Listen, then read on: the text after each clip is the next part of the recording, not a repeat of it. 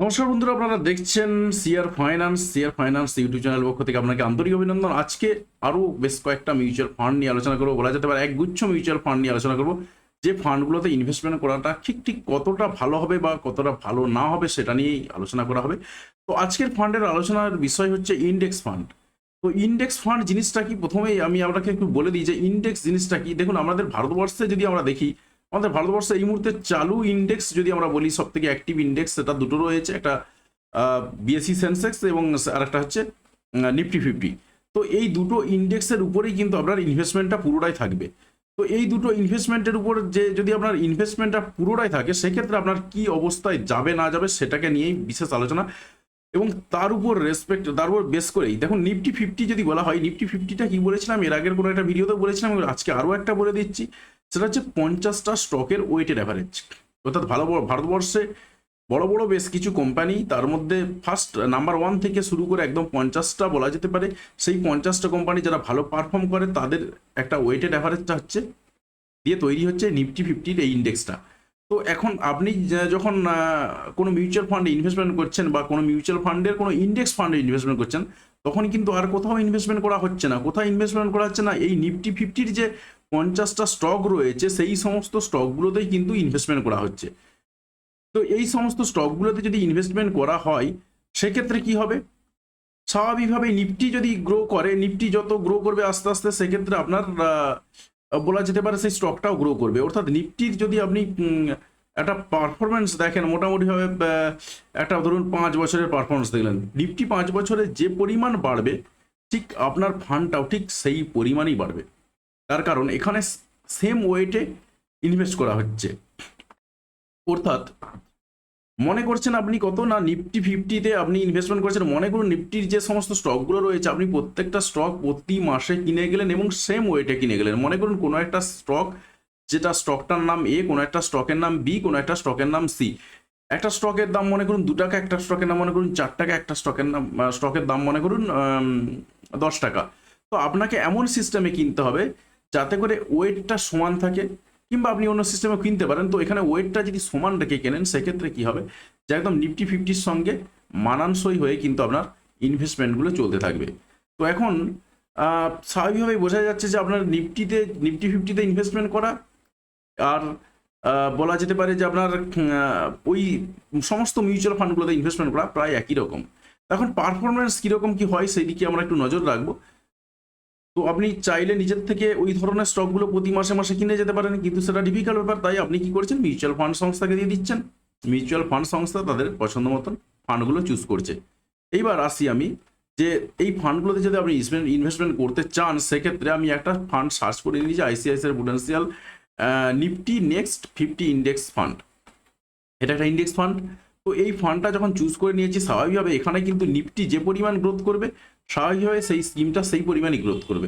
তো এখন আমরা যদি একটু পাস্ট পারফরমেন্সগুলো একটু দেখে নিই, 10 বছরের পারফরমেন্স কত রয়েছে, 10 বছরের পারফরমেন্স রয়েছে 16.93%। 5 বছরের পারফরমেন্স রয়েছে কত না, 10.27%। এবং যদি আমরা নিফটি নেক্সট 50 ইন্ডেক্স আর নিফটি নেক্সট 50 ইন্ডেক্স এই ফান্ডটার রেসপেক্টে, আর অর্থাৎ এই পুরোপুরি 50টা নয়, এর পরের 50টাকে ধরে নিয়ে করছে না। তো যাই হোক, এটাও কিন্তু একটা ইন্ডেক্স। তো এর পরে 3 বছরের যদি পারফরমেন্স দেখি, সেখানে রয়েছে 20.23%, এইরকম অবস্থায় যাচ্ছে। তো এখন আপনি মনে করলেন যে আপনি এই ফান্ডটাতে ইনভেস্টমেন্ট না করে অন্য কোনো ফান্ডে ইনভেস্টমেন্ট করলেন, সেক্ষেত্রে কীভাবে সেই ইনভেস্টমেন্টটা সাজানো হবে এবং তাতে করে আপনার পারফরমেন্সটা কীরকম হতো, সেটা একটু আমরা পাশের কলামেই দেখতে পাবো। যে মোটামুটিভাবে যদি আপনি ওই ফান্ডটাতে ইনভেস্টমেন্ট না করে অন্য কোনো ফান্ডে ইনভেস্টমেন্ট করতেন, সেটাও হয়তো ইন্ডেক্স ফান্ড, সেক্ষেত্রে আপনি কত পার্সেন্ট পেতেন। দেখুন, DSP Nifty 50 equal weighted index fund, এই ফান্ডটাতে যদি আপনি ইনভেস্ট করতেন, সেক্ষেত্রে এর 3 বছরের রিটার্ন রয়েছে এখানে, 3 বছরের ডেটা পুরোপুরি রয়েছে, তাই 3 বছরের ডেটা পাওয়া যাচ্ছে এখানে 21.42%।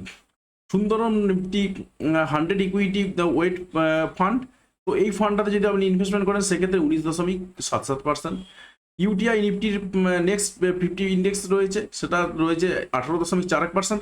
তো এই ধরনের ডিএসপির আরও একটা ফান্ড রয়েছে, যেটা ডিএসপি নিফটি নেক্সট 50 ইন্ডেক্স। তো এই ধরনের বেশ কিছু ফান্ড রয়েছে, যে ফান্ডগুলোর মোটামুটিভাবে বলা যেতে পারে প্রায় একই ধরনের গ্রোথ। দেখুন আমরা যদি মোটামুটিভাবে দেখি সেক্ষেত্রে দেখতে পাওয়া যাবে যে মোটামুটি প্রায় একই ধরনের গ্রোথ, প্রায় 18% বা 18%-এর কাছাকাছি, অর্থাৎ একটু এদিক ওদিক রয়েছে এই পর্যন্ত, এছাড়া কিন্তু কিচ্ছু নেই। কারণ বেশিরভাগটাই কিন্তু নিফটি নেক্সট 50 ইন্ডেক্স। তো আর যদি আপনি নিফটির যে এক্সাক্ট 50 ইন্ডেক্সের ইকুয়াল ওয়েটেড অ্যাভারেজে আপনার ইনভেস্ট করতে চান, সেক্ষেত্রে ডিএসপির এই ফান্ডটাতে 21.42% গ্রোথ করেছে 3 বছরের রেসপেক্টে। এখন আপনার মনে হতে পারে যে আপনি ইন্ডেক্স ফান্ডে ইনভেস্টমেন্ট করতে পারেন, কিন্তু যদি আপনি ইন্ডেক্স ফান্ডে ইনভেস্টমেন্ট না করে অন্য কোথাও ইনভেস্টমেন্ট করেন, ব্যাপারটা কিন্তু সেক্ষেত্রেও একই। অর্থাৎ ইন্ডেক্স ফান্ডে যে ধরনের আমরা গ্রোথগুলো দেখছি, অর্থাৎ প্রত্যেকটা মিউচুয়াল ফান্ডের সংস্থাতেই প্রত্যেকটা ইন্ডেক্স ফান্ডের কিন্তু গ্রোথ একই রকম থাকবে। তার কারণ এখানে ইন্ডেক্সটা যেভাবে গ্রোথ করছে ঠিক সেমভাবে গ্রোথ করছে আপনার ফান্ডটা, অর্থাৎ আপনি যেটা ইনভেস্টমেন্ট করছেন সেটাও সেমভাবে গ্রোথ করবে। সুতরাং এখানে কিন্তু পার্সেন্টেজের কোনো পার্থক্য খুব একটা থাকবে না বলা যেতে পারে। আর আপনি যদি মনে করেন সেক্ষেত্রে আপনি এখানেতে ইনভেস্টমেন্ট করতে পারেন, তবে এখানে ইনভেস্টমেন্ট করাটার থেকে বলা যায় যে যেগুলো চুজ করে ইনভেস্টমেন্ট করা হয় বা অন্যান্য যে সমস্ত ফান্ডগুলো অলরেডি বলা হয়েছে সেইগুলোতে ইনভেস্টমেন্ট করাটা হয়তো বা অনেকটাই বেটার। কারণ এই নিফটির যে ইন্ডেক্সগুলো রয়েছে, নিফটি 50 ইন্ডেক্স বা সেন্সেক্সেরও বেশ কিছু ইন্ডেক্সেরও ফান্ড রয়েছে, সেটাকে নিয়ে কোনো একটা ভিডিওতে আবার আলোচনা করে দেবো। তো সেখানেতে ইনভেস্টমেন্ট করার থেকে এই আপনার অন্যান্য ফান্ডে, অর্থাৎ অন্য কোনো ফান্ড যেগুলো বলা যেতে পারে একটু ফ্লেক্সিবল ফান্ড রয়েছে, যেটাতে ভালো পারফর্ম না করার জন্য আবার তারা চেঞ্জ করে দেয়, সেই অবস্থাতেও যদি আপনি ইনভেস্টমেন্ট করেন তাতেও করে কিন্তু আপনি ভালো টাকা ইনকাম, ভালো টাকা রিটার্ন পেতে পারেন। সুতরাং বোঝা যাচ্ছে যে আপনার ইনভেস্টমেন্টটা যে একদম হুবহু নিফটি 50তেই করে ফেলতে হবে এমনটা কিন্তু নয়।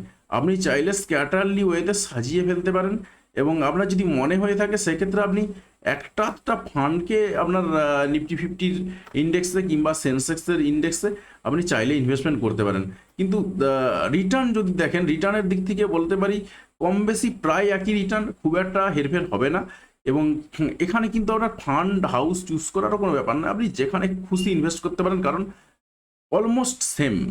যেখানে আপনি ইনভেস্ট করুন না কারণ অলমোস্ট সেম, কারণ একদম নিফটি 50-র ইন্ডেক্স যেগুলো নিফটি 50টা যে স্টকগুলো দিয়ে তৈরি বা যে ইন্ডেক্সটা যে স্টকগুলো দিয়ে তৈরি ঠিক তাতেই ইনভেস্টমেন্ট করা হচ্ছে। তো যাই হোক, আশা করছি আপনি আপনার একদম ব্যাপারটা পুরোপুরি ক্লিয়ার করতে পেরেছেন। তো আমি আপনাকে অনুরোধ করব, একদম চ্যানেল নতুন, তাই অবশ্যই চ্যানেলটি সাবস্ক্রাইব করে পাশে আসা বেল বাটনটি অবশ্যই প্রেস করবেন পরবর্তী ভিডিওর নোটিফিকেশনগুলি পাওয়ার জন্য। এবং শেয়ার মার্কেট, মিউচুয়াল ফান্ড এবং ফিনান্স রিলেটেড ভিডিওগুলো এখানেতেই আলোচনা করা হয়। এবং আশা করছি আপনি ভিডিওগুলো এনজয় করছেন এবং আপনাদের দুর্দান্ত সাপোর্টও পাচ্ছি। তবে আমি এখানে একটা কথা বলে রাখবো যে আপনি ভাববেন না আমি একদম কোনো অ্যাঙ্কার বা এই জাতীয়, এইভাবে কখনোই ভাববেন না। মনে করবেন আপনার পাশের বাড়ির কোনো একজন আপনাকে এই ফান্ডগুলো বা এই ব্যাপারে একটু বলে দিচ্ছে, জাস্ট এইটুকুই, আর কিচ্ছু ভাববেন না। তো যাই হোক, ধন্যবাদ বন্ধু ভিডিওটি দেখার জন্য।